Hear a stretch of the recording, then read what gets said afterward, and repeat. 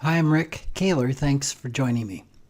As the recent debates among the Democratic presidential candidates emphasized, the idea of government-managed healthcare is really gaining popularity, certainly amongst the candidates. Medicare for All, or some form of free universal healthcare, is certainly an appealing idea. I mean, who among us wouldn't appreciate someone else paying our medical bills? I can say that I certainly would. My family's personal health care costs, including premiums and out-of-pocket expenses, run just over $3,000 a month. If my health care were free, I could find a lot of uses for the savings. But my skeptical side, and probably yours as well, knows that there's no such thing as a free lunch or free medical care. Someone, by some means, has got to pay for the insurance coverage, the doctor visits, hospitalizations, and other medical costs.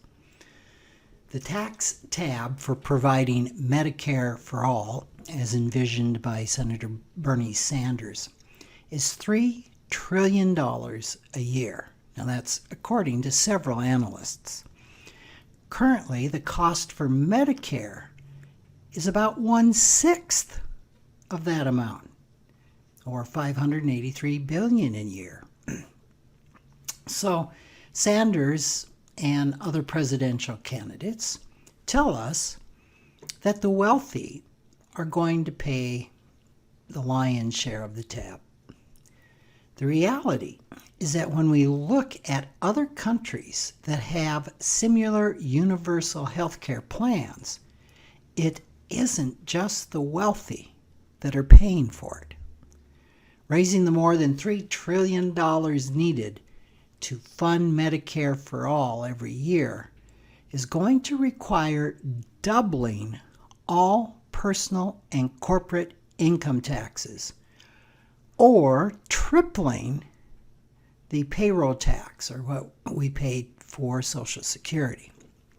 Now, these aren't my numbers. This analysis comes from Mark Goldwyn, a senior vice president at the nonpartisan Committee for a Responsible Federal Budget. He was cited in a May 9, 2019 Bloomberg article by Laura Davison. Tax hikes on wealthy alone can't pay for Medicare for All plan. He says there is a lot of money out there, but there isn't $30 trillion, which is over 10 years, sitting around from high earners. He says it just doesn't exist. Well, I did a little investigating of the tax rates of European countries that have universal health care.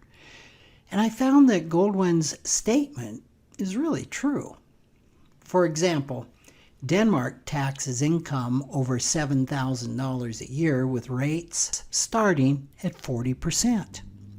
The U.S. rate starts at 10%.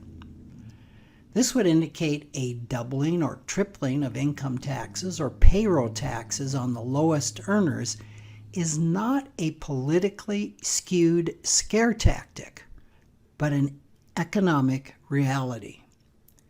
The top rate in Denmark is 56%, while the top rate in the U.S. is 50%. That's 37% federal with an average or top rate of 13% state. So 56% and 50%. This is just one of the many examples I found in my searching that strongly indicate other countries that have universal health care haven't found much room left to tax the wealthy. Based on their experience, the majority of the cost is going to need to come from the middle class and lower income earners.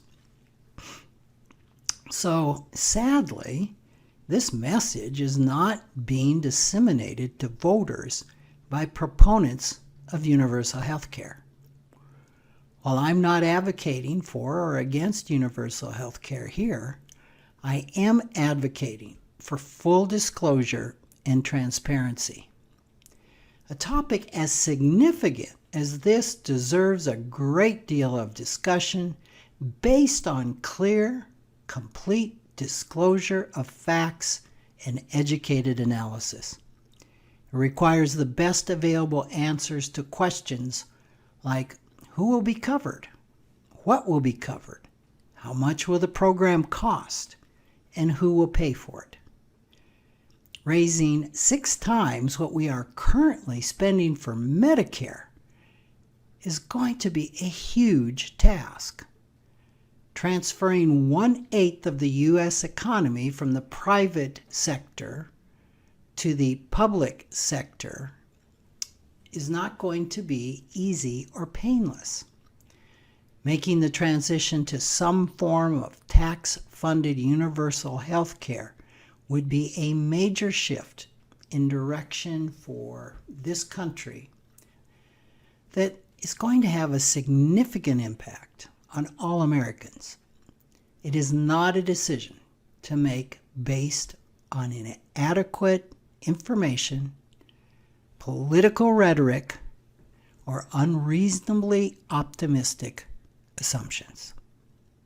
Thanks for joining me.